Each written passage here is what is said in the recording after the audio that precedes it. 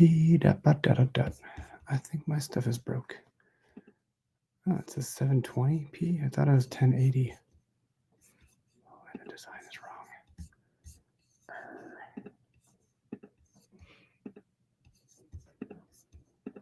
I think I got everything figured out. I think. Let's see if it's live over here.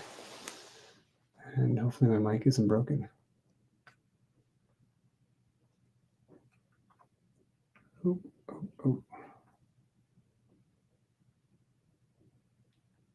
There we go. Let's kick the tires.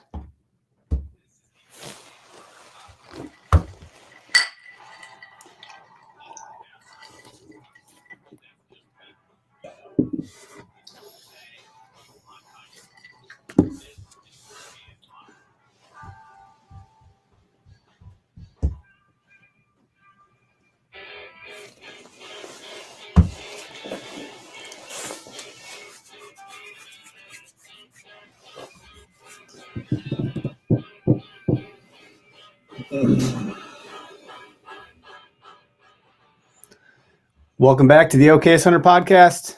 Coming at you from Oconomowoc, Wisconsin this week. We took a hiatus last week. I was at SHOT Show. Things were crazy.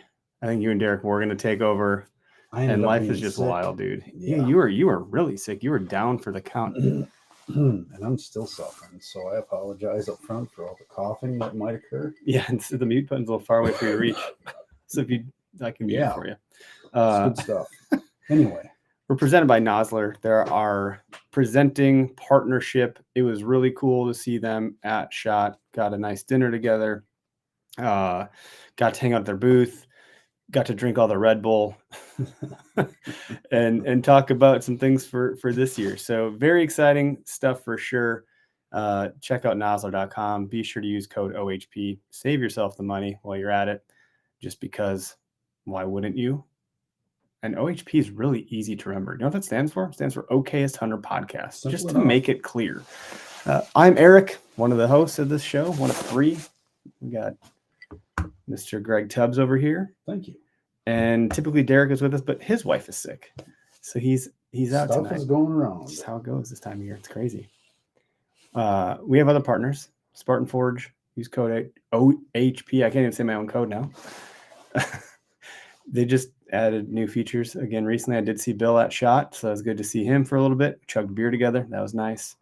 We're hanging outside the Christensen booth talking with some other folks, and that was nice.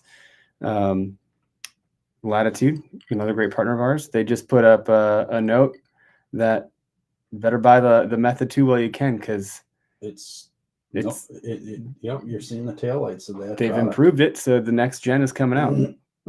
Be interesting to see how much they improved it, because it was a pretty stellar piece the way it was. I did get to see it at ATA. I did get to see the prototype that they had there. So it's nice. There's things that could change on it yet. Yeah. It is not like a departure from what it was. It's just there's some improvement on it. So anyway, I'm mostly just excited about their suspenders. Yes. So it doesn't feel like I'm pulling my pants up all the time. Well, and it'll do a lot of things for you. You know, it's another. And it's got the bino harness thing, which I missed from having the tree stand safety system. I would really like to have that, because the ones that I currently have, it's like a piece of elastic. It just, no matter how much you tighten that damn thing, it always loosens up. Mm-hmm. And it's, they start up here on my chest, they end up down at my belly button and my waist. When I'm all said and done, it's kind of annoying. So it is nice to have it right there. Right there. I mean, I know people have pouches. There's a lot of ways to skin that cat, but that's a nice piece of it. Shed season is right around the corner. So if you haven't already checked out Rack Hub, or if you don't know who they are, what that means, go to rackhub.com, use code OHP, save 15%. But they have, they're adding more products throughout this calendar year. They have over the last several months, but basically, any way that you can think to mount antlers as decor and hang your memories on the wall in new, interesting, exciting, and visually appealing ways is what Rack Up is all about. So good pals of ours, and make sure to check those guys out. I think I got everybody. Bear's a partner. I'll get through all these things. I still never know if this is the best way to do it in the beginning or somewhere in the middle or whatever, but I shot their flagship bow last season. I Mhm. killed a deer with it. I'm pretty happy with that bow. I'm happy with them as a brand, especially just their heritage, who they are, what they represent. Getting a bow in everyone's hand means that they stay true to their mission around their price point. So it is approachable. They make bows for youth. They have bows that youth can use all the way up into full adulthood if you wanted to. Lots of customization. So we did an episode with them last season about their 2025 bow lineup, and they have a lot to offer. Yeah, they're really a legacy brand for the working outdoors men and women. Yep. It's it's a brand that's been around forever. It was meant to get anybody into bow hunting or archery that wanted to. Yep. And they have a pretty nice lineup of products from every price range. Yeah. We do have a few other partnerships on deck. We're just solidifying contracts and deals and renewing the ones that we have and so forth. So very enthusiastic about what's to come. I think we're going to have a lot of fun with it. And I really do mean fun. Like, it's going to be a creative license to just do all sorts of crazy stuff. So all stuff that's very well aligned. We've also turned down a number of folks because it's a reach or doesn't fit, or we've been asked, like, it's an easy layup, just take the money, that kind of stuff. And it's a no for me, dog. Like, and I'm glad we said no to those companies, because they don't fit our demographic. We have to be mindful of you guys, the listeners and gals. I think that's important. At some point, there's a diminishing return if we just start stuffing everything down your throat. But everyone we've worked with for a long time. We've worked with Bear since a couple of years now. 3-4 years.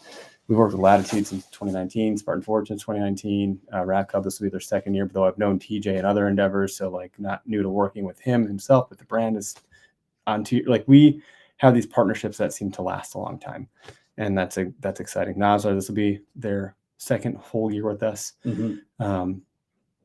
Yeah, good stuff. So anyway, I just want to get that part out of the way, and today's topic is the decline of woodsmanship against or contrast against the rise of AI in hunting.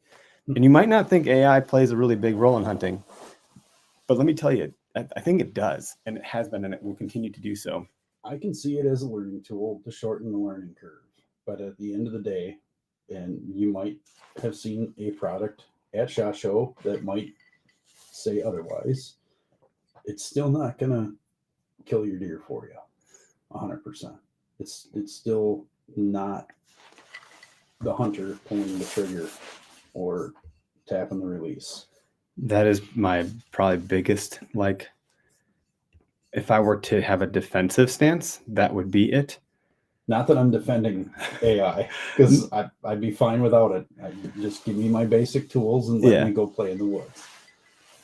Well, I think that because I knew I had you tonight and not Derek, I do think of you in my mind as someone that actually does possess some woodsmanship skills, like authentically genuine. You can identify different trees just by digging in your brain. You don't have to pull out some sort of app. You are you're looking at the terrain, you're reading the signs, you're digging in deep, you're a lot of boots on the ground stuff, but you're really using a lot of woodsmanship to put these pieces together. Not to say Derek isn't, he is. No, that guy definitely is. He's not here right now. So, and I don't think he identifies plants as easily as you do. This is an aspen. You can tell by the way it is. That's about as far as my woodsmanship goes. That's a white oak and that's a red oak. And you can tell by, I don't know. And those things are important, like, to consider. And where vegetation comes together, I know these things. I don't have to be dangerous, but I know nothing when it actually comes down to it. The best lesson I got was from my daughter: leaves of 3, let it be. Like, she learned that in her first grade class. Paper at all. So, like, I got that one down. Other than that, I don't know. But there's AI in, like, range finders and scopes and binoculars, and even on archery sites now. You got the Garmin product. That was the first one. There's more now. We're just automatically doing these things. I think the argument with some of that stuff is that if it's reliable and dependable and is working, I look at it this way. It's like your car.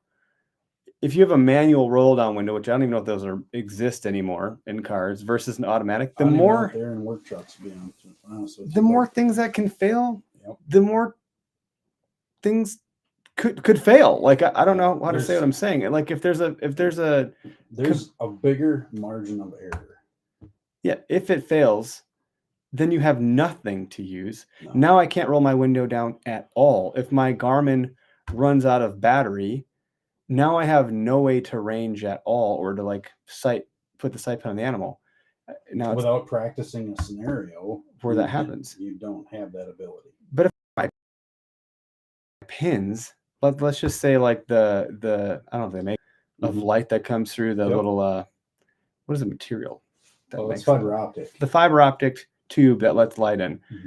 Let's say that on one of my old bows that shattered or broke or they brittled up or whatever on an old sight pin. And then, I mean, I could still shoot. I didn't need that. It just helped gather light, but it wasn't fundamental to my shooting. It was still doable.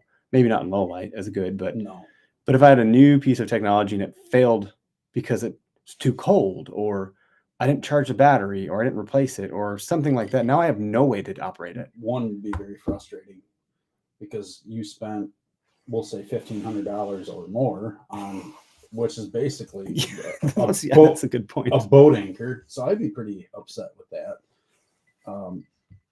If you don't want bad things to go wrong to expensive stuff, and it can happen, and it more than likely will at some point, stick with the basic cheap stuff. Use your fundamentals, the basic fundamentals to learn how to shoot. What's funny is I'm more and more drawn to shooting a stick and string than I ever have been. You're getting to that age. Yeah. Too, like... right away, age me out. No, but it's the truth. It's just like, I don't want to think around with all that extra crap. Can't I just pull the bow back and shoot the damn thing? You just want I just want to shoot it. Yeah. It's like, I just want a phone that calls people. And the more I shoot it, the more automatic it'll be. I won't even need to worry about lining up a peep sight with You're right. pin. It's super light. My cousin rocks a longbow, and he just wraps around his torso. Yeah. Slings around his body and goes out. Carry your quiver with 4 arrows in it, and when you shoot them and you lose them, you're done. You go home and you build new ones. You build more. Be a good reason to listen to the Boyer podcast right there. I certainly would. But keeping things more simplistic is a pretty nice thing, and you practice more often with it, but that's just how you remain vigilant with it. Yeah. I mean, people that have listened along to some degree and heard the deer recovery of last season, I had a drone company come out. I could have called a dog tracker. Yep. I called the drone company. It's dark. I figured, I don't have a lot of time. I'm in a pretty suburban area. And boy, I was pretty happy to use that technology. Yeah, the technology was there to gave me a hell of a lot of peace of mind. But it gives you more peace of mind at a cost, right? I mean, that drone was not a cheap date. Not even just to hire the guy, but for that guy to buy that piece of equipment and maintain it however that looks, replacing batteries every so many hours or whatever that looks like. Gas to drive to 20 different sites a night when people are calling you to track deer. Yeah, all hours of the night. It's like being an on-call service guy. You have to go. Yep. He was really good about if there's another deer that wasn't deer we're after, it was fractions of seconds that he would flash a deer and move on.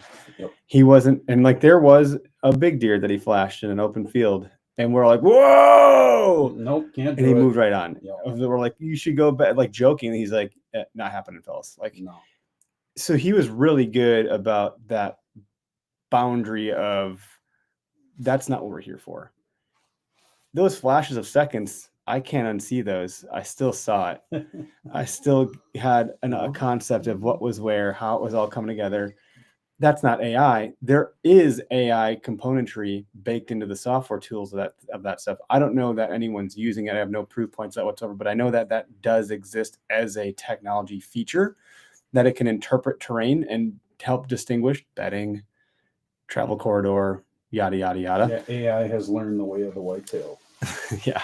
So in one breath, it's like, should we have these things, like these drones, or there's this ethics that come into play. So if the Garmin is better at ranging a deer for me than my dumbass, and if it works and I shoot it and it hits the target right where it needs to go, now I got a dead deer. Or if I didn't recover it, great, and I could get a drone and now I recovered it.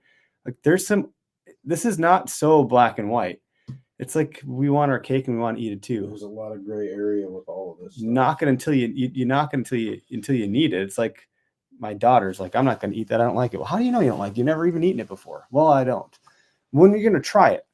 You know, you could take a hard stance with this. I'm never going to call on a drone. I'm never going to use this Garmin thing. And that might be true, but then it goes back to, well, maybe you should be practicing more and not being so dependent on this stuff. If you practice that much, you wouldn't have to depend on the technology, depend on your own skill set. And that's kind of the argument with the woodsmanship. If you can practice more with these things and get the skill set yourself, you don't need the technology.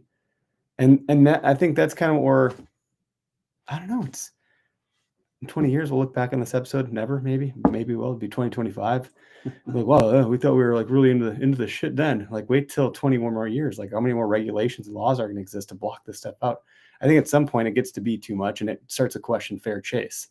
Right. Well, and look at, it's a hot button topic to use cellular trail cameras. Mm-hmm. Right. I mean, in certain states, right? In states out west, it's no more. You're not doing it. Yeah. So, you know, that was a piece of technology. Did it kill deer? Sure it did. I think it definitely helped aid in the ability to do so. Yep, it aided for people to know that the deer was there, for one, to pursue it. I still wouldn't put all my eggs in that basket. Then again, I haven't gone and killed giants either. So using the technology, You're not, yeah. What did Derek say here? It's going to pop up on the screen. Derek said, did you guys see the new live 6-zone trail cam from Stealth Cam? I would be wrong. Well, I could be wrong, but I think it was them. Pretty wild. Definitely feels like another great reason to ban trail cams. Well, what was it doing? 6-zone cam from Stealth Cam. What does that mean? Does that mean basically 6 different cameras? So or we haven't seen it. That's what. No, man, I haven't seen it. So we'll have to have a discussion about that later. Leave it to me to go to ATA and shot and not have a clue what's going on. Well, and I don't know if that was even necessarily at shot. I'm sure you saw other pieces of technology at shot that led to question a little bit, some ethics, right? I don't know. I saw some robots and shit. Robots. Now, were they there as demos walking around? There's like demos walking down aisles. Did they serve you a bush light, or they probably could have. No, I was just in meetings the whole time. So, like, I feel bad. People are like, oh, what'd you see? I was like, yeah, I'm not a YouTuber. You know, I think optics are probably a big one. You know, night vision, especially with predator hunting. Yeah, and probably the ability to range. You know, you got night vision, range, and everything, and it does all the automatic adjusting for you.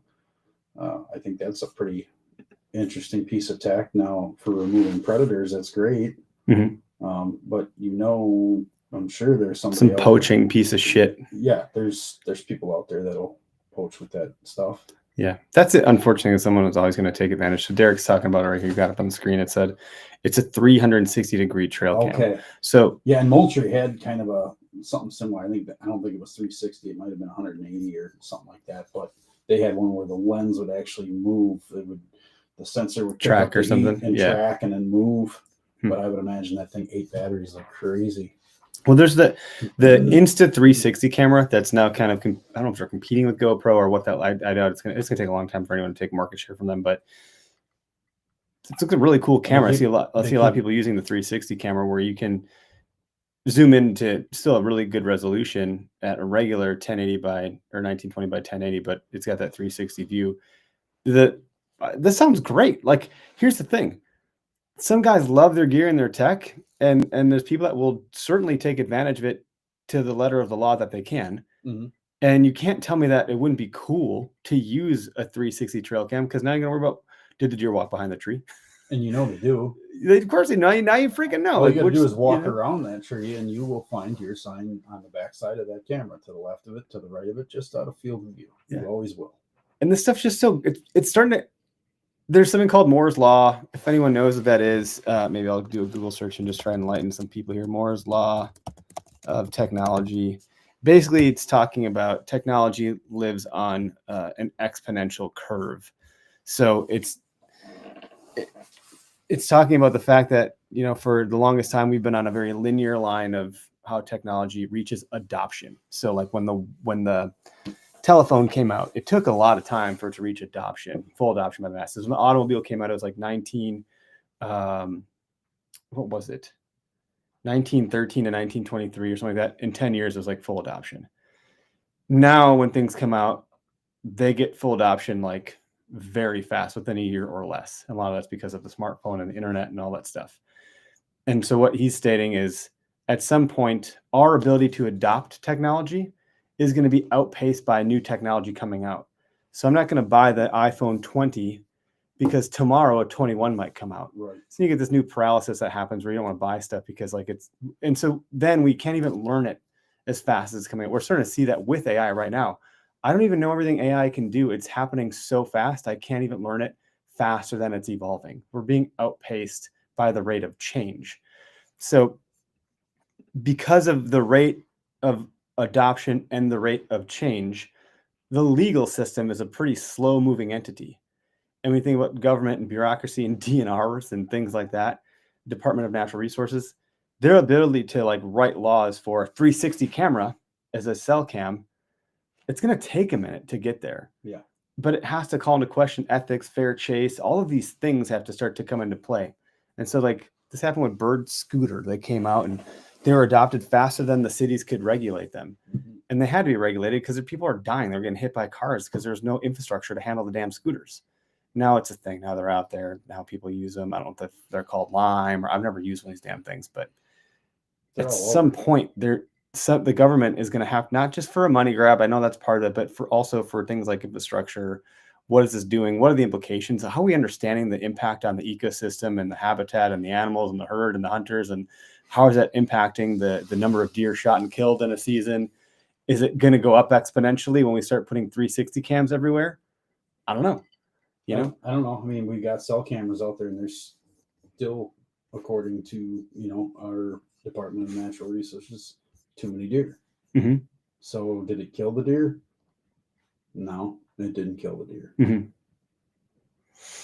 Yeah, it did. It's still, I'll leave it to me to use all the technology in the world and like still not get it done. So I find that to be a bit humorous, but like Spartan Forge has deer movement predictability, and arguably this is objectively true. I think they're doing it better than anyone else because the competition is using just people's input. I forget the guy that talks on behalf of the other app. That's Jeff Sturgis. I'm not discrediting him, but like he doesn't have years of collared data that he's tracked and pitted against collision data and moon phase data and weather data and all this other stuff, and then put on a map and had a machine learn it for several years and then tell us what the prediction of that is. I think Spartan Forge is the best one. That's not killing deer for me. I saw one of their ads on Facebook, a Spartan Forge ad. I look at the comments. One dude's like, "This is the worst thing I've ever seen. This is gonna, you're making it too easy. You're taking all the woodsmanship out of it." I think that's where this idea originally came from. I read that ad and I was like, "No, it's making it easier, but it's not. Like better satellite imagery isn't killing deer." No, we're just obsessed with maps. Yeah, we love maps. People that like maps more than hunting. It's just hunting, so we look at the maps. Yeah, exactly. I don't know. But how do you learn more woodsmanship? I picked up all these books and I'm reading them. I'm reading all these books. Books are one thing, but you got to still get out there. You got to get out there. I mean, it's on a quick, hey, I wonder about this piece of property kind of thing. Mm-hmm. Yeah, you can pull up the app and Spartan Forge it and look at all the topographical. But if it's a flat area, you can topographically map that area all you want. You're not going to see where all the deer trails are. Mm-hmm. You're not going to see, hey, there are better mass trees over here. I didn't realize that, or maybe it's old mapping that doesn't show some of that, that grove of trees is even there at all, mm-hmm. Or anymore. Maybe it was wiped out. Maybe they had it logged. Maybe they had a fire in that marsh and it took everything out. You don't know. So people get tired of hearing it. But the truth of the matter is you need to get out and you need to walk it, and you need to walk it often. Mm-hmm. And it might be like, I got a few places I haven't been in a couple of years. I should go walk them. I should go walk them real soon here. But I don't want to just because of they're going to be wet. Chances are I'll go in over my hips in some spots. They won't be a whole lot of fun to get into. I don't have to risk busting any deer out because season is just about to close here at the end of the week, and I'm not deer hunting, so it doesn't matter. Weather's nice, so it's great for walking. Everybody else is thinking about ice fishing yet, and getting out and doing some fishing, as would I. But it's a good time of year to take a walk because right now all that sign that was laid in October and November has been pretty well preserved. Mm-hmm. And now you can go and look at it. You can interpret it. You can see that some of the rubs are, some rubs might just be freshly made yet too, because those younger bucks have moved into different areas. They're staged up in a different area now. They followed the food, the winter pattern. So it's a good time of year to go look at all that stuff. And that's how you learn. This is along the same vein, but I struggle with the interpretation of what I'm looking at.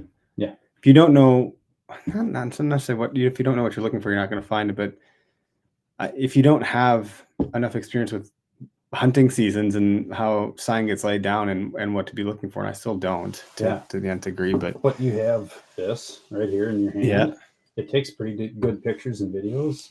And if nothing else, you use that. And when you're bored someday, or you're sitting at home and everybody's quiet, kids are fast asleep, and it's a great tool to use to review. How did I approach that area, and what, for instance, what side of the tree are those rubs on? Mm-hmm. I bumped into this rub line, and shoot, those rubs are facing the crop fields or a water source or whatever. So what time of day is that deer using that?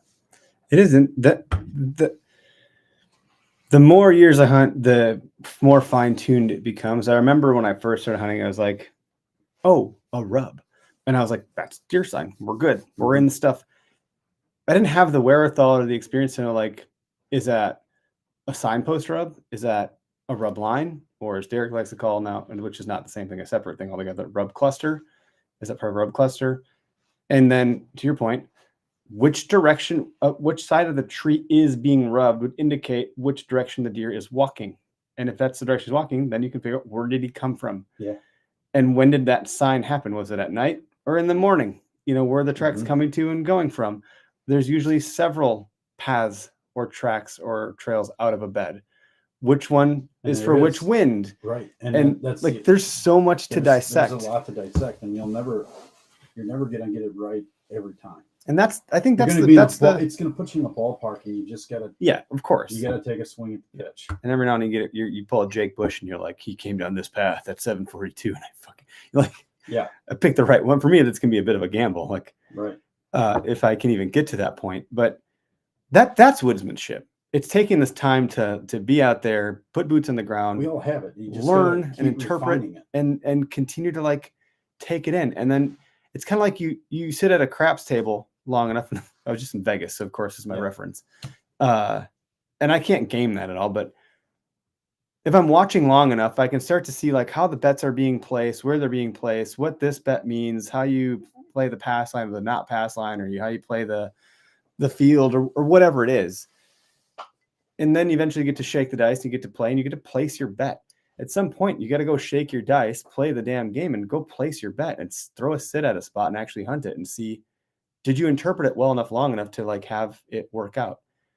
And I think, we could all agree, if you follow us, I've gotten pretty good at placing some decent bets and having it show up. So now, you were learning. But I just, the dice didn't roll the number I needed that time. Right. You were just a little bit off. So it went from being a kill hunt to an observation hunt. That's what I'm going to start doing. They'll just be like, I wasn't really hunting. That was an observation hunt when I didn't get that buck. I'll just start categorizing my hunts to observation sits. Go into it as every hunt is going to be an observation hunt until you kill. Oh, wow. Well, that's I don't know what else. What's your goal for next season, Eric? I'm going to do 7 observation hunts, and maybe I'll do 1 real hunt. Yeah. Well, might be what it takes. It might take 20 observation hunts. You might just be jumping too many properties, Mm-hmm. And that's another thing to get kind of lost on. If you don't really know what's going on, maybe you need to stick it out on one property for a good majority of the year. No. Yeah, when are you going to transplant yourself to a new area? You've been honed in on that one property, and it's dynamic. It changes. I hate to say it's kind of it's easy money, but it is. You know, my goal is to help that landowner take deer off the landscape because there are so many. And I'm talking about the public land you're messing with. The public land. I don't know. I thought about switching it up and going to the driftless and go and find something different to hunt. Just get out of the swamp for a little bit, or out of the marsh or the field edge stuff, and hunt a totally different hunk of terrain. I wouldn't be opposed to it, that's for sure. Well, that's figuring out new land is also part of the fun. I think it is part of the fun.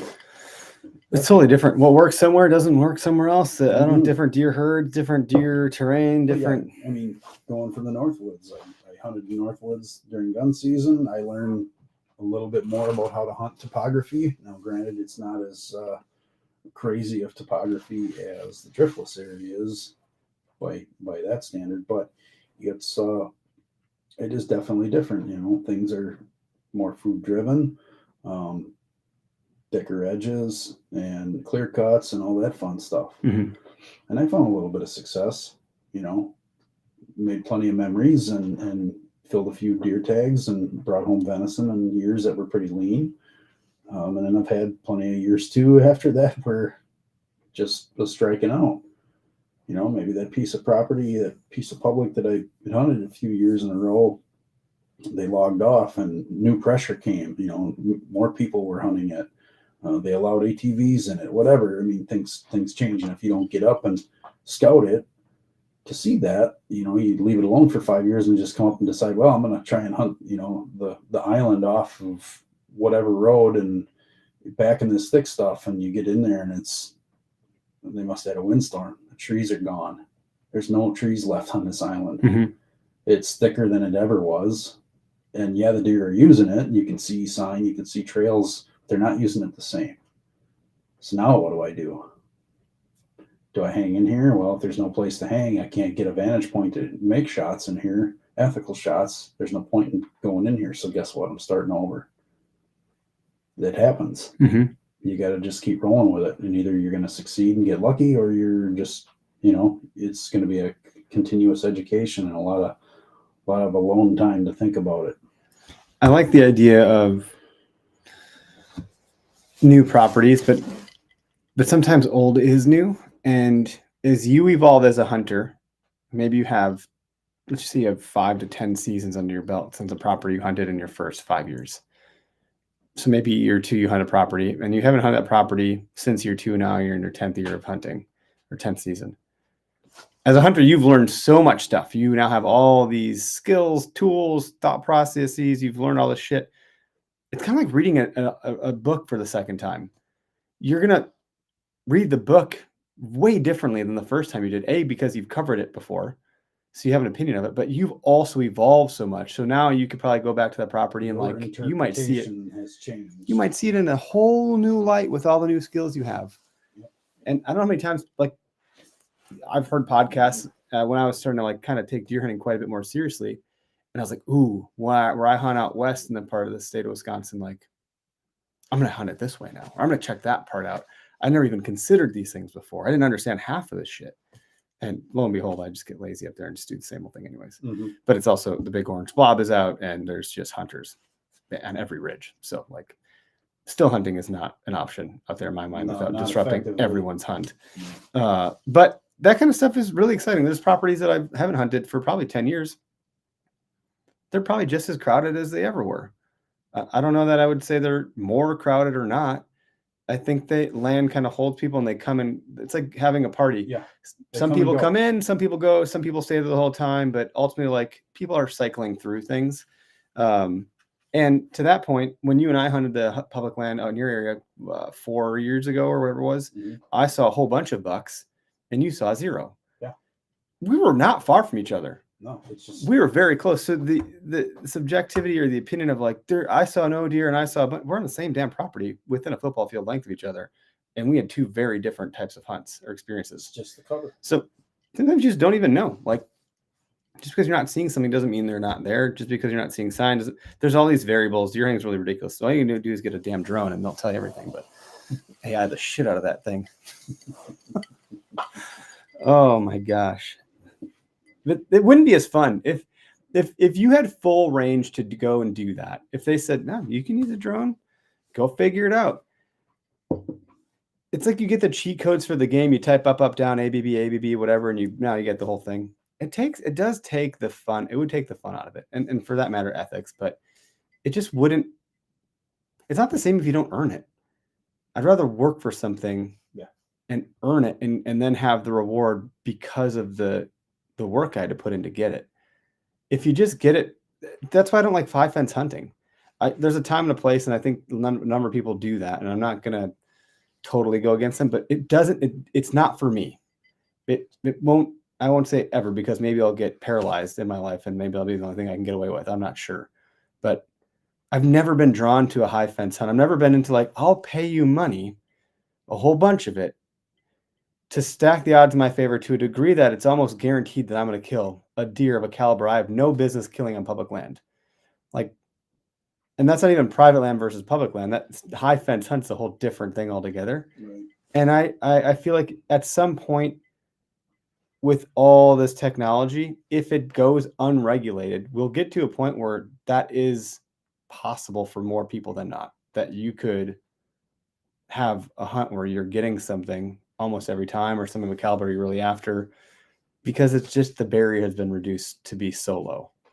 No, and not to get political, but if things go the wrong way in the near future with things, with policies and getting rid of public land and all that, at some point that's what it will end up.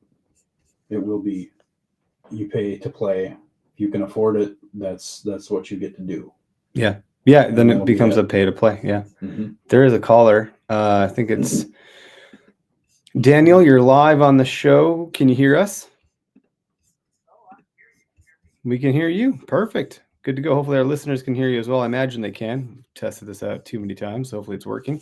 You got an opinion about some of this stuff that you want to share, or questions you got for us?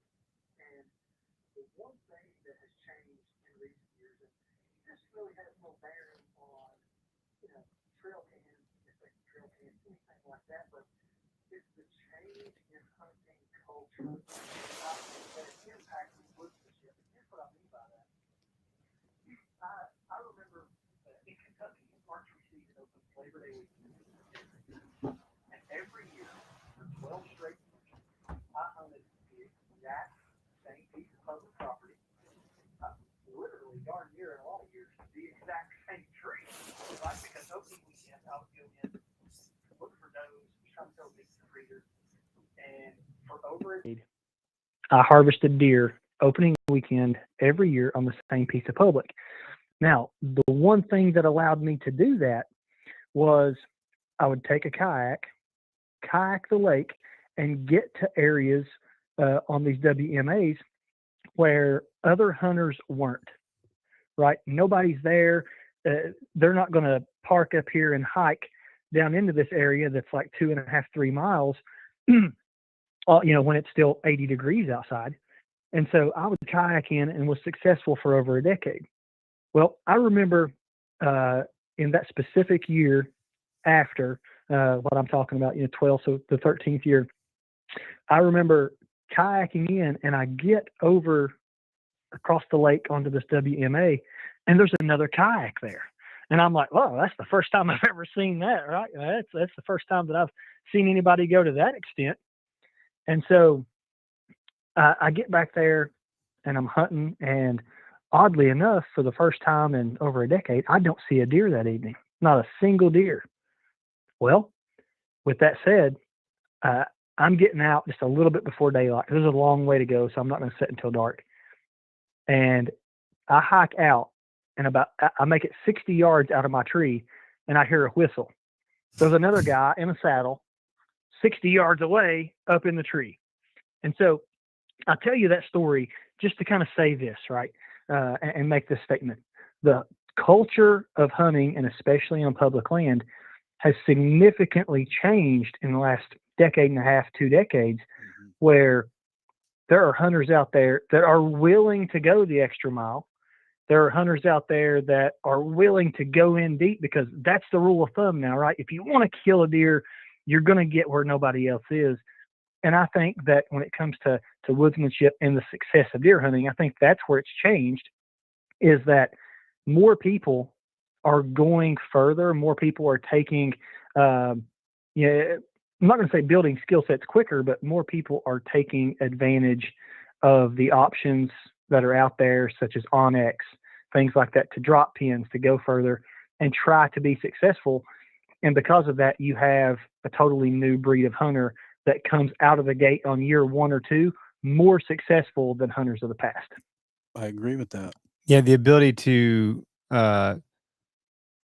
reduce the learning curve or shorten it because of all the information that's at our fingertips in every medium you can consume it, video, audio, written word, is more accessible than it has ever been. And so people are learning faster. I think there's always been a portion of hunters that were willing to go in deeper and further. I think there just weren't as many of them, in contrast to the whole hunting population. I think a greater percentage of them now are doing that type of hunt because it is, which is good also. Like the fact that more people want a sense of adventure and want to go and do things a harder way and put in the work. I think that's a good thing, but it certainly has made in my mind, there's no place you're going to go where you're not going to find hunting pressure anymore. Like, good luck. Yeah. Oh, for sure. For I sure. don't know. And here's the thing too, is that in Kentucky, for example, I've been using an e-bike now for about 5 years. I've got a Rambo e-bike. I've been using that thing for about 5 years, and it gets me into a lot of these places where, a lot of people wouldn't go, right? Or at least you would think. Well, because of the use of those e-bikes and those types of things that allow people to get to these places easier, there are a significant number of not only states, but just specific WMAs throughout these states that no longer allow the use of even an e-bike. Specifically, there's one WMA that I hunted this year that doesn't allow the use of bikes at all, right? It's by foot travel only. There's no use of e-bikes or even just straight mountain bikes, because I have to assume, because it's creating more of an ease of access and increasing hunting pressure that wasn't there before. That's interesting. I don't know why that's necessarily a problem. You're not emitting any carbon footprint.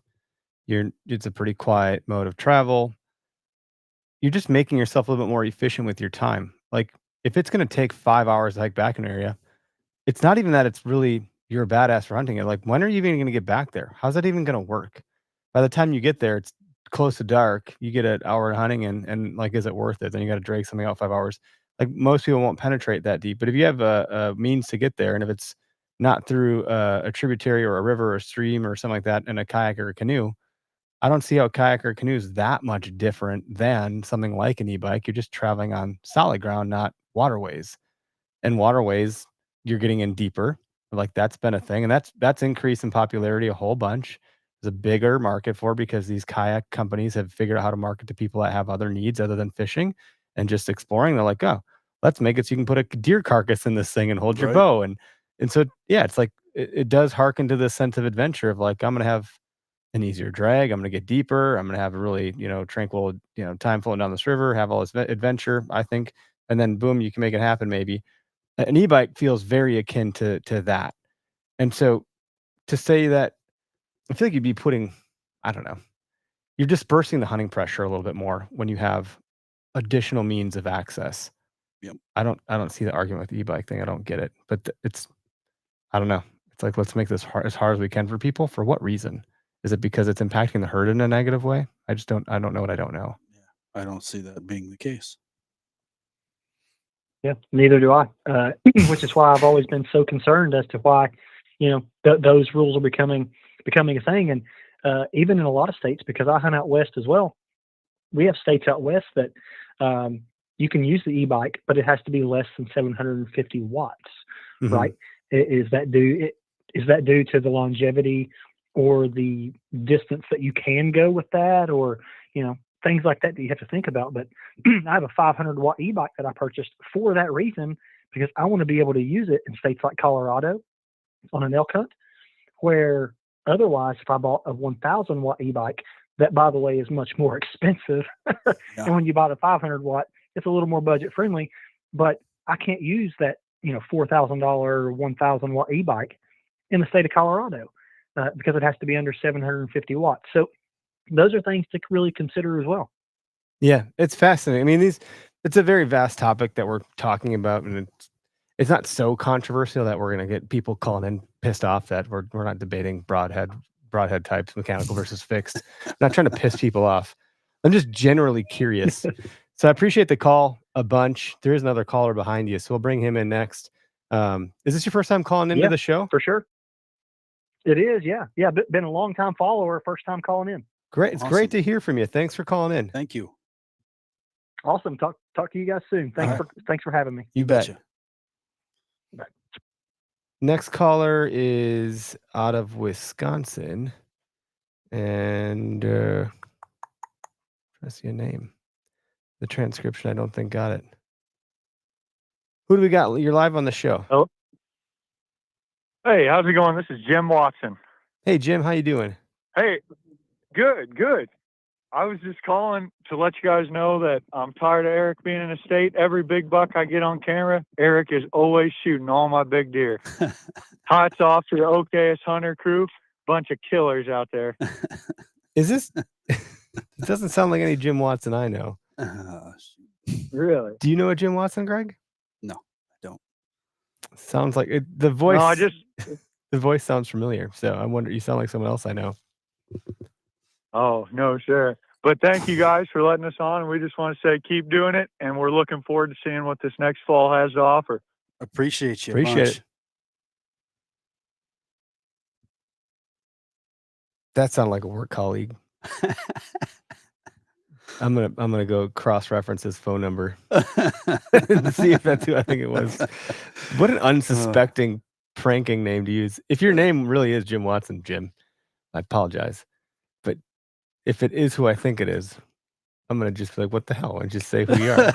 What are we doing? Let's see if I get a text here in the next couple minutes. Too funny. From someone who their name starts with a C and not a J.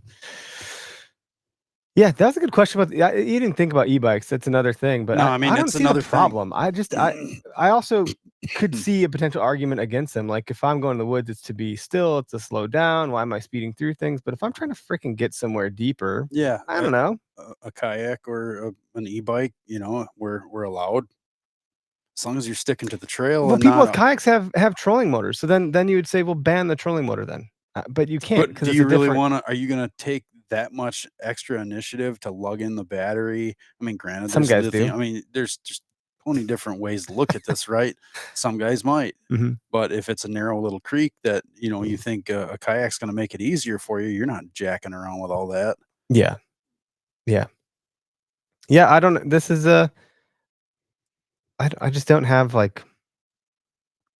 We're talking about things that aren't necessarily concrete per se, but the AI thing is fascinating because when I stopped to think about it for a second, I was like, it's in apps, it's in cell cams, like the apps, it's in optics. It's starting to, and at some point, all of these things I'm willing to bet are going to become like Tesla, where they're all connected and speaking to a central hub. Well, I mean, there's trail cameras out there. You can put it into, like Scout Tech, for instance. It'll AI the shit out of all of your inventory of photos that get picked up throughout a season, and it can identify specific deer. It'll help pick up patterns. It'll help pick up the pattern of that deer recognition. Yeah, there's deer is that recognition Susie or is that Bob? Right, exactly. So it's all been there for a couple of years now, and it's just getting better. And at some point, is that bad? Like if we have a better understanding of the herd on our property as a result of it AIing the shit out of something, are you going to have better deer management practices because you have a more holistic understanding of which deer, how many deer, and how they're using your property. If you're getting that intel, maybe you're killing less deer. I don't Yeah, know. maybe you've decided to hold off for said deer, and you're not going to allow your predatory nature to take over. I just think at some point, the optics AI, the cell cam AI, the hunting app AI, at some point, all those things are going to be tied together. Someone's going to own the whole damn thing, and it's all going to be interpreted and optimized. And then Pandora really has been just let out of its box. And we're only talking about hunting, which is a laggard industry. It lags behind everything else. So like anything we're seeing has got to be way behind what other like more tech-driven industries are doing. We got Paul Campbell on the line. Paul, you're live. How you been, buddy? Oh, I miss you guys. I It's just been a saw few you. days. We just got to hang I out. know. I miss you. I miss all of you. I miss your musk. What a topic, man. I pop onto the Instagram live and I see that. I'm like, oh, I like this. It's a So fascinating topic. What's your point of view on it?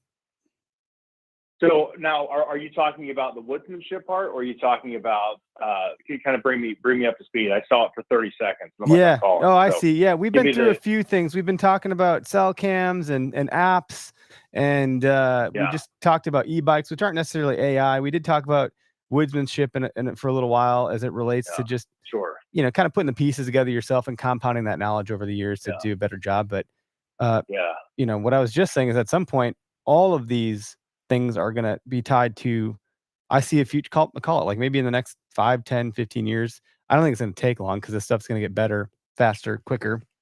I think your optics are going to talk to your trail cams, are going to talk to your hunting apps, Onyx, Spartan Forge, all the other ones out there.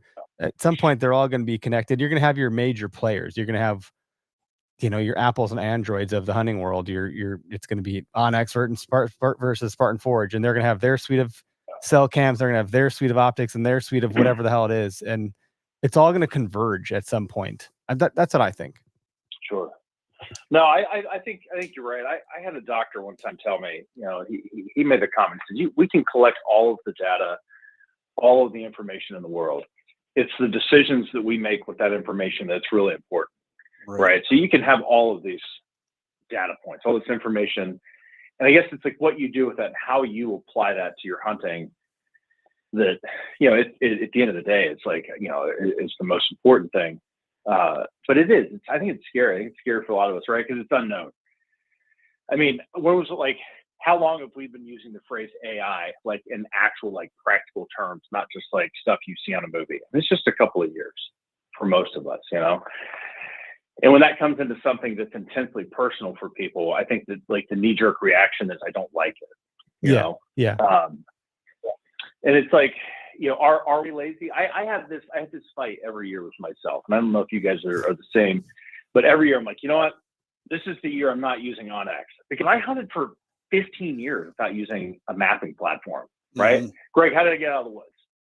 How did I hunt the same areas without a cell phone in my pocket? And now I'm so reliant on dropping a pin at the parking spot, like, letting it get out of me, get me out of the woods, that like the frustration is like, I know that like my skills, like my navigational skills, they've gotten softer. They've become weaker over, I mean, I feel like I downloaded Onyx in like 2016, maybe 2017. I don't even remember. But I think of how I hunted in like 2008, and it's night and day different, right? So there is an effect. Am I more efficient at killing? Not because of an app, but I'm definitely more efficient with my time. Which I guess isn't a bad thing. But I don't know, man. It's an interesting conversation, and I think it mirrors a lot of the uncertainty like across just life in general, right? With this technology and these crazy things. So. Yeah, I think it has to be introspective. At some point, you got to kind of turn it inside and ask yourself these questions. It's really interesting to hold other people to standards that you believe. I don't know the Stoic quote. Of course, there is one probably, but it's about like hold yourself to high standards, not other people. Like don't expect things from other people. Expect it from yourself, and you can't control other people. You can barely control yourself. You can tell me you can convince yourself to go to the gym. Like good luck. So to believe that you can control other people is just completely asinine to me. that being said, how do you think about these things? People form an opinion about it, how they see the world, and then they start to pontificate it and put it out there, and then they get really loud about it. I think it just goes to show, like you actually taught me this, Paul. It just means that they're passionate about it. When you had that viral clip on TikTok about turkeys, people were really like freaking out, and you were like, well, that just means they care about it. And I was like, wow, Yeah. what a great perspective. So I really enjoy your thought on this topic and how you think through things. And yeah, if you think you just need to harden your woodsmanship a little bit, then sorry, go ahead. yeah, I was just saying, then keep on X off. Go off X for a little bit. You know? Yeah, I'm gonna die in the woods if I do that, Eric. I can't enter into giant public land in Ohio without on X. I'd be dead in a matter of hours. Yeah. Well, I can't get out of the woods in the night anymore. That's a thing. So I don't know what happened to my internal compass, but at night it is not working. I have had several bouts of getting lost at night or turned around. I'm like, man, what happened to me? Yeah, that's the worst. But I think your point was you can only control what you can control, and the rest of it is just people arguing on the internet, which doesn't change anybody's outcome or opinion, right? Yeah, right. So what you do, you personally, with the information that you collect, that's what's important. Everyone else, I can only have good constructive conversations with people if I want to change it onto my side, not just badmouth them on a chat group or a Instagram message, So I don't know, man. It's interesting. It's going to be neat, to see it unfold, over the next couple of years, and just imagine what our kids are going to have to deal with. I can't, man. The VR stuff, the Meta glasses, they're just going to be wearing it. They're just going to see AI through sunglasses. There's going to be no more phone, and everything's going to feed into it. Tap the side. Show me my cell cam data.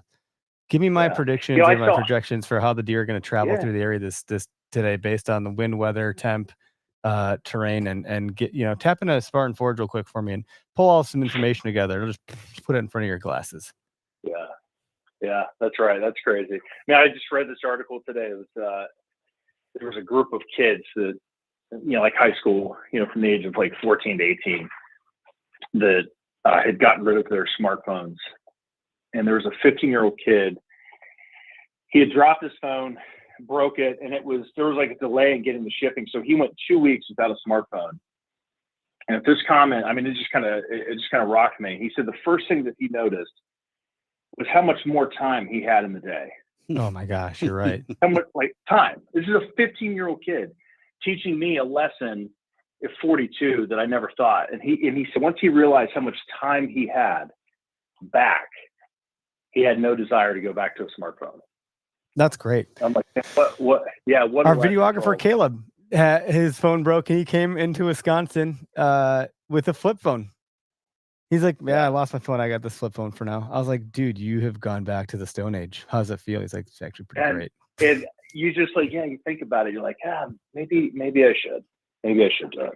It's fascinating. So, I did find the quote, by the way, if you want to hear it before you drop off. It's by Marcus Aurelius. Yeah, absolutely. The philosopher king. Sure. And it's be tolerant with others and strict with yourself. Yeah. So if you're going to expect things of others, just have some tolerance, but you can be strict with yourself. That's the point. What a lesson, man. Good. That's stuff. Something that's tough for all of us in today's day and age, I guess. So what a lesson. Thanks for calling, Paul. Yeah, we'll talk to you soon, buddy. All right. Yeah, see you guys. See you. If you don't know, Paul, I can't talk. Paul is the host of the Turkey Season podcast. Great podcast. So they are on the OKS Podcast Network. If you haven't already and you want to learn some history about the turkey in America, it's a really great narrative style podcast about all of that. And with Turkey Season, like the actual season coming soon, it's a great podcast to go tune into. That employee I just mentioned, that coworker, I think is officially on the line. Colton, you're live on the show. Eric, how are you? Yeah, so another coworker of ours handed us a phone and I panicked, but I actually do have something I would like to say about it. Was Ethan, wasn't it? Was it Ethan? Did he star 6-7 us? I don't know. I can't say. I know it was. He said he was going ice fishing with you, and he had a 608 number. I'm gonna prank call that number tonight at 2 a.m. Yeah, no, but you guys are kind of talking about opinions on e-bikes and things, and you know, you're kind of talking about woodsmanship with it, and I come from the Ozark Mountains and hunting turkeys, and there was always kind of this pride to me of being the guy that was willing enough to put in the work to walk that extra 2 miles or whatever to where the turkeys had finally settled into roost. And I don't know, you kind of lose that with the whole e-bike thing because, you know, there's some guys that take it pretty seriously and stay in shape and are willing to put in that work to be the guy that makes it there. And then next thing you know, you hear leaves crunching at a rapid pace, and here comes a bike right by you. So to me, You're I just don't know. I jealous. think that You're there's just jealous, man. That guy, oh, look at him. You know, shoot, Eric. I'm sweating, and this But guy just yeah, I don't know. that's funny. I hear you. To me, I think There's it a would pride be thing. like you should have areas, kind of like there is out west, and you're looking at drive-in areas or walking only areas for elk. You know, I think that maybe we should adapt something like that for e-bikes. But then to hear your guys' opinion, my question would be, what is your thoughts on electric sights like Garmin makes and things like that, the auto range finding? We talked about that. I don't know, maybe I'm old-fashioned, but once again, I kind of think that takes kind of some of that preparation and work that's, you know, just part of the process of the hunt. For those that don't know, Colton is a Deadeye, and he's a competitive. I don't know if you call it. I don't know what you call it: clay shooter, trap shooter, skeet shooter. I don't know what the technical term is to speak about what you do correctly in that camp. But and you should probably go guest on the Upduck podcast. But I know you're a hell of an archer also. That being said, we talked about that in the beginning of the show, and I just think it's something that could be a high point of failure. Like if it goes right, if it malfunctions in any capacity, now you're literally dead in the water. it's one thing if it's on the range, It's like- it's a range tool, fine. Yeah. But in competitive archery, we'll just use archery as an example, the Garmin sight. But it's just like anything else. If it can go wrong, it will. And if I went all the way without my e-bike to the back end of this piece of public where nobody else was, and all of a sudden the battery's dead in my Garmin and I have 150-inch buck standing there, I don't know what to range it at. I don't have my rangefinder. I never paced anything off. What am I going to do? So I think going back to preparation and woodsmanship, I don't think that's a good product for actually it's hunting. It's not a great product in my opinion. But I don't know. People do it. Yeah. People do it all the time and they have a lot of success with it. But it's just not for me. Yeah, my thought it's more like paddling up a river. Not paddling up a river. You're taking your trolling motor that's solar powered on a cloudy day, and you're like, well, you didn't bring any paddles or oars with you, and that thing dies. You now you're just stuck out there. Like, what are you gonna do? If that thing fails, you have no backup plan. So I think if you're using it for competitive archery and it works great, and if it's allowed, I'm not even sure what the rules and regs are there. But it would freak me out to have that. I think I'd also be smitten and excited to try it. Like, I'd love to go use it. I think it'd be super cool. I think it's really cool that we've come that far with technology. How awesome. But also I just would prefer something that I know I can depend on without a battery. Yeah, I agree with you there. And I'm terrible. I'm definitely the guy that always forgets batteries for my headlamps and flashlights and things. So I would definitely agree that I 100% would end up, like you said, with a failure in the woods, and no shot I would have any batteries with me. But yeah, I just kind of want to hear your guys' opinion on that and see. I don't know. Some of the groups I'm in, it seems like it's kind of a controversial topics, and then other guys, and either way, it's fine. But other guys are just tickled to death about them and think they're just like, I guess it is technically the next generation of bow sight, but it's just they can't wait to get one. But I don't know. To me, it just seems like a bit of a shortcut, and I don't know. And at the end of the day, for me, I don't give a shit what someone else does. Like, if that's what you do, why the hell do I need to care about what you do? You're not taking any food out of my mouth with that stuff. Like, it's just, I don't know. So I also don't have strong opinions on what other people do. Unless it's like inherently bad for the environment or the herd, I don't care. There's enough. I have a very abundant mindset personally. There's enough to go around. If you can kill a deer with that, great. Good job. Like, now you got to go gut it and drag it out of the woods like the rest of us. Good luck doing that on your e-bike, but sounds great. Awesome. Well, thank you, fellas. And I will have to call in sometime closer to turkey season and talk about something maybe I know a little bit more about. But there you go. Anyway, see you at work on Thursday, Eric, and thank you boys for having me. That sounds good, buddy. See ya. I knew it was him. Yeah. I knew it. Two more callers we got on the line, and then we'll probably start to bring her down. I'm going to bring on, we got Andrew Howard next in line. He's called in before. Andrew, looks like you're out of the Madison area. How you doing? Yeah, I'm down in Janesville, but neither this nor that. Pretty good. Okay. Woodsmanship, awesome. Needs to be practiced a little more. I myself started taking trapper safety. Good for you. Which Cool. I'm actually really looking forward to completing. I bought a bunch of traps preemptively. I don't know if that was a good idea or a bad idea, but either way, they're here now. Have you Yeah. listened to the OKS Trapper podcast at all yet? Just curious. I have not, but I need to follow that and listen to it. Check it out. Let us know what you it's think. Full of great information. Yep. Yeah. I actually do have a Garmin A1, the A1 Pro, and let me tell you what, the lithium batteries in those are outstanding because it uses like the next smaller than like a, I think it's the next smaller than a AAA, whatever that is. Okay. Yep. But I left it in the truck all winter, lasted through an entire Wisconsin winter. Batteries fired right up next go round. So that's nice, but I've got basically it's like a $1,500 paperweight right now because the pressure switch that activates the sight kind of just went out. So I'm back to hunting like a caveman. Got my spot hog back on, but I think technology is like that double-edged sword, where Mhm. like if you're not great at a thing, which I'm not saying that I'm not a good archer. I never used one before. But you could use a handicap the, sometimes. If you're not a great golfer and you're never going to be a pro, like you probably need a handicap. Right. You probably need some things to help you a little bit. And maybe that's Right. okay. So I think I'm sorry to let you go back on to your point, but that's kind of No, how I see it. Yeah, no, like with the e-bikes, for instance, my uncle got the thing that we don't dare not talk about, and avid hunter, and now basically he is like, if you're worried about people shooting deer, you're not going to be worried about him shooting deer. He can barely make it past the gate. So in order for him to do any purposeful hunting, he needs the assistance of a quad or e-bike or e-trike or whatever's coming next down the pipeline. But like the old style, like the earlier caller was saying, I think it might have been Paul.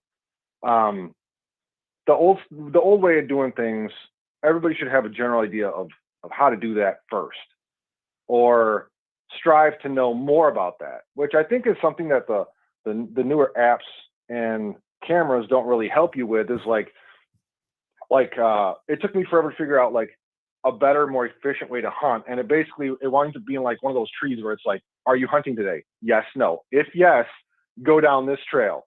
Which way is the wind coming out of? East, west, north, or south? And then fucking it splits off and goes other directions, and you're like, oh man, this is getting crazy. But if there was like apps that would like be better at teaching you, like for instance, you guys brought up the app that or the trail camera that like analyze and help you pattern your deer. Mhm. How's there not a thing that's like, okay, this is what the AI is thinking to teach you, so you don't need the AI anymore. You know what I mean? There should be something like that. Yeah, I hear you. I mean, it's very much like when I took accounting in college, which I fucking hated. It was like, well, I don't have to. QuickBooks does all this stuff. Why do I need to do credits and debits? Because you need to understand the fundamentals of how it's getting to these things. You still need to understand the mechanics of it. And I think where people might get frustrated or upset, because when you said this app is telling me to go to this path, not that path, this tree, not that tree, the wind's doing this, not that. I felt something when you said that. I felt viscerally like, you got to be kidding me, right? And I think there's a generation older than us that probably feels that way about most things. Like, go learn something, go figure it out. Right. And the reason I believe we're probably upset about that is that we feel it's detracting from the overall experience that like has the ability to solder things in our mind that is memorable. I was talking to my wife about something yesterday, and I said, you know, the only thing I remember about last summer, because everything in life is a blur, is our camping trip when it monsooned on us.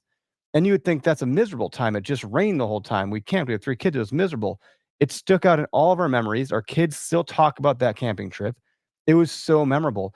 It's those indelible moments that are so steeped in like challenge, overcoming, hard work, tough circumstances, where you really like solder a memory into your brain and then you learn something. And I think the upsetness is coming from the fact that we feel as though people aren't getting these really great experiences that we had. But just because we had them doesn't mean that they need to have them. We have people growing up in a different environment, in a different world with different tools at their fingertips. So at some point they'll have the same reaction, like, well, that's how I learned it. That's how you should learn it. Like at some point that narrative falls on its face. But I do think at some point, yeah, we should learn how to make some decisions about reading the wind. Right. But also, again, Well, why do I give a shit? Like, why do I need to care what you're doing? Like, I just, at some point, I have to ask Well, myself, why do yeah. I need to put energy towards this? Well, and this is going to be kind of like an offshoot, but when I deployed to Iraq versus the United States, you look at how bad things are in a different place, right? That's a modern day place. It's just absolute dog shit.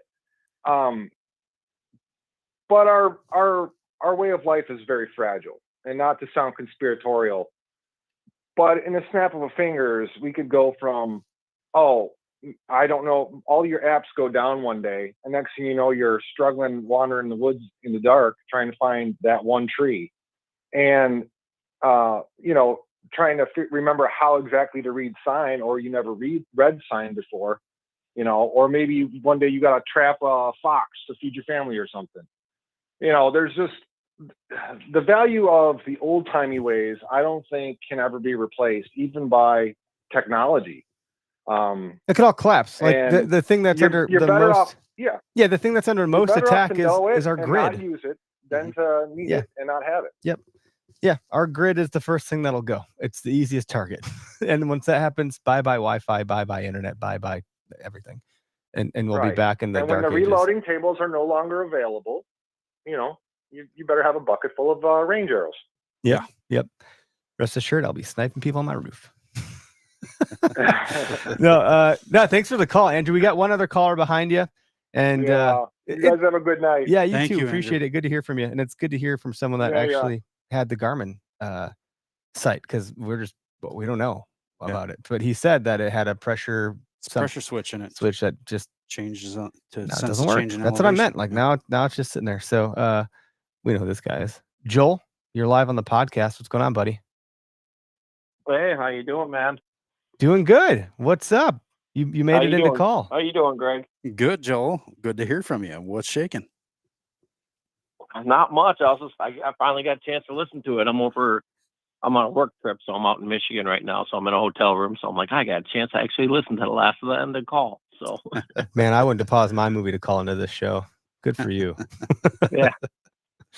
Good to hear from you. Well, I don't get the opportunity. So yeah. Hey, a couple things. I was thinking, because I'm kind of a cheap guy. I don't have a lot of money. So buying those e-bikes is kind of out of the question. But I see a lot of these areas where they're like bike trails and areas where they say no motors, but technically that would be an electric motor. So I kind of have my feelings on that's kind of cheating to get in there with those. Oh yeah. Well, that's interesting. If the area says no motorized vehicles, if they're going to let e-bikes in there, then next thing you know, there's going to be guys with little like 50 or 49cc dirt bikes running all down in there. So you're saying it's hunting. So you're saying it's a slippery slope. I completely agree with that one. So the other thing I have is if you got to pay that much money for a bike, I wouldn't want to be set up too far away from that. You're just going to leave it out in the woods and go climb a tree somewhere. Apparently you wouldn't. Apparently you wouldn't grabbing that and walking away with it. I wouldn't worry about you stealing it. You don't want one. Now, if someone gave you one, would you like? That's the other thing too. It's like comes into question. Like, yeah, they're expensive, and there's all that stuff, and like maybe it's not. It's a bit gray if you can use it. But if someone just said, "Hey, Joel, you won the most expensive Rambo bike on the market with the deer cart trail, the deer cart hitch, and all the fixings on it," like. You might want to find a way to go use that thing all of a sudden. I think people's minds would change if they had the thing free and clear. Like, here, you I just go would have it. agree with that. I would love to use it, but I don't want to be the guy that's using it where I'm not supposed to be using it. Yeah, that's true. So yeah, You all know. these things are really, people have weird lines with this stuff because the goalposts can kind of move depending on the situation. And the e-bike things, the fact that if it's no motor, it's no motor. But I think the other gentleman said like no bikes at all. And then I'm like, well, why can't I just ride my mountain bike in here? What's the problem? Am I going to kill the grass blades? Like, how is that any different than walking? Am I going to work just as hard? Try going up a hill on a bike. It's a pain in the ass. You usually get off and walk it anyways. Yep, I would agree.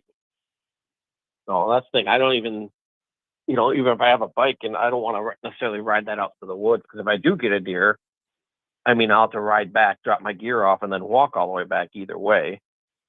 Or even with like hunting with kayaks and stuff, going up a river, like I don't like to leave my, kayak, because sometimes I won't bring all my gear with me. I'll leave a bag at the kayak.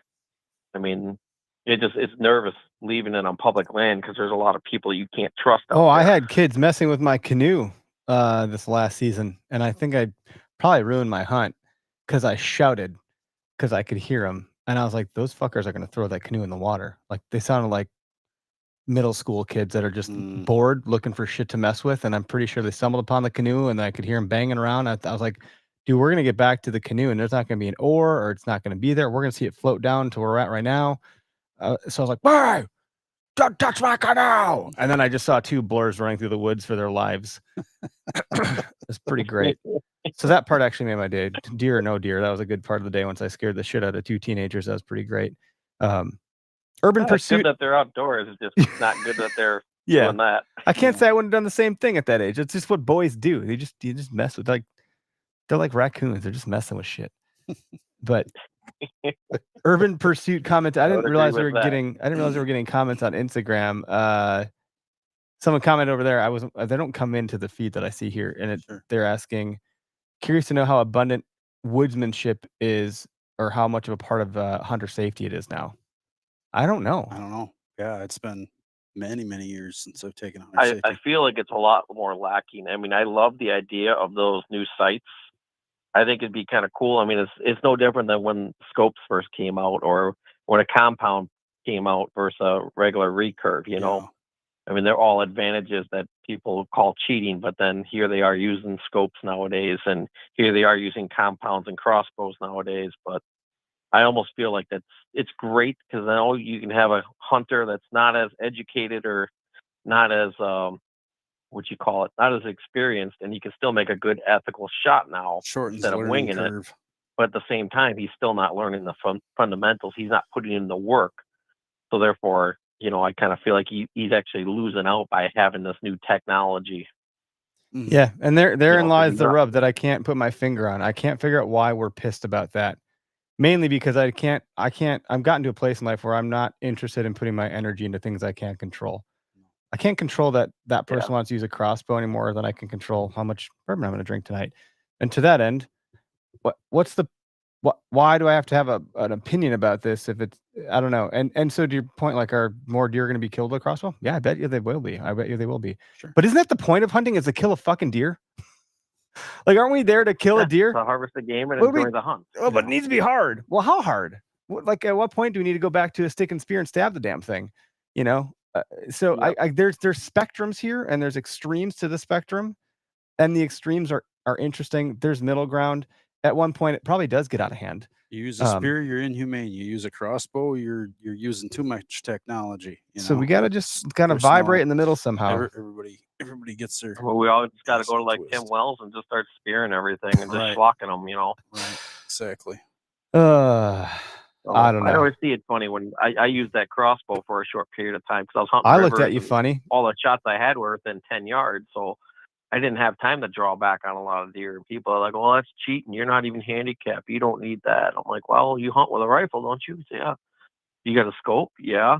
Well, why don't you go back to iron sights, because that's cheating. You don't need that. You got good vision. You're not blind. Well, that's different. Well, you take advantage of the times, I mean, wouldn't you want to take advantage of every edge you can get in the woods? But man, if I had a crossbow and some of the ground hunts, now. Yeah, I'd have some dead deer for sure. But I think that to that point, by the way, I think I know what the rub is with the crossbow. It's that it seems as though there's a promotion of shooting at incredibly long distances because the crossbows that come out advertise that they can shoot 100 yards like very accurately. It's just as accurate as a rifle. And they're not saying that that's what you should go do. They're just trying to show how great the technology is. But I don't think they're necessarily inherently promoting to go shoot a deer at 100 yards. No. Like that's Shouldn't and, be. And like that, I said, you lose a lot of that, the challenge behind it. I mean, you're not trying to make it hard, but you want it to be rewarding. In my opinion, it wasn't as rewarding. So I actually sold mine and went back to the regular compound, just for the fact that to me, it wasn't as much fun with a crossbow. yeah. Right. Yeah, the compound is therapeutic for me. Or someone just pulling, even just that motion, even if I don't have it in my hand, that right there, some serotonin just got in my brain. Do you feel that, Greg? Right there, boom, feel better. Like I think that there's something to this motion, right? Because we've been doing it for centuries as humans. It's good for you. So there's that. You don't get that motion with a crossbow. It's totally different. And you don't get the haptic feedback with a crossbow like you do with a gun, just in general. Right. Good topics. Joel, thanks Yes. for calling in, bud. It's good to hear from you. When are you back from your work trip? Yeah, of course. Am I going to see you at gymnastics? Yep. I might. All right. That's our guy We will time. see. I will be back tomorrow. So. All right. All right. Better not send your wife. I don't know. All right. It's up to my daughter what she wants. So. Okay. Well, I know who she's picking. But you know what? I wear the pants, but she just picks them out and lays them on the bed the night before. Nice. Oh, that's good stuff. Good to hear from you, Joel. So, yes, dear. Have a All good right, you have a guys good take night, care. buddy. Have a good to one. hear from you, Greg. You betcha. All righty. Bye. I hit the button too soon that time. Trying to time it just right. There's a bit of a lag. It was good to hear from Joel. Yeah. Good to hear from a whole slew Everybody. of calls Yeah, all a of a whole bunch sudden. people. Yeah. That's great. Thanks everybody for calling in. Fun topic. Yeah. Makes it even more fun. Yeah. There's a business mentor of mine who's about as expert in AI as anybody that I think is in the country. And he's leading a charge right now called Human First AI. And he's like, if you put the human part first, there's things you're going to want to learn about this stuff and use it to your advantage as best you can. But you can't get over dependent on it. It can't do your job for you. Like you got to use it in a way that is human first. And there's a whole narrative behind that. Use this stuff, help yourself out, spur some ideas. Don't get overly dependent on things. Make sure you're spending time learning woodsmanship because it feels good to do that. It's good for your soul. It's good for, there's a reason we're on this earth and have a need to be outside all the time. And if the shit hits the fan, you have something to go To do. back to. Yeah, getting your trapping license, that's something I want to do. I don't know when that'll happen, but I know it will happen. It doesn't take long for me to figure things out once I decide I want to do it. So yeah, I'll end the show with check out the other shows in the podcast network. We have another new one coming on deck in the next month or two, depending on how long it takes me to work it out with getting everything done. There's a lot of shows on the network. They're a lot of fun. There's lots going on. So, definitely dive in. We talked about trapping and turkey season. We have there's something for everybody. If you're looking to dive into other outdoor topics, check it out. I feel like I had more to say about that. I don't know. That's it. Well, with that, have a good night, everybody.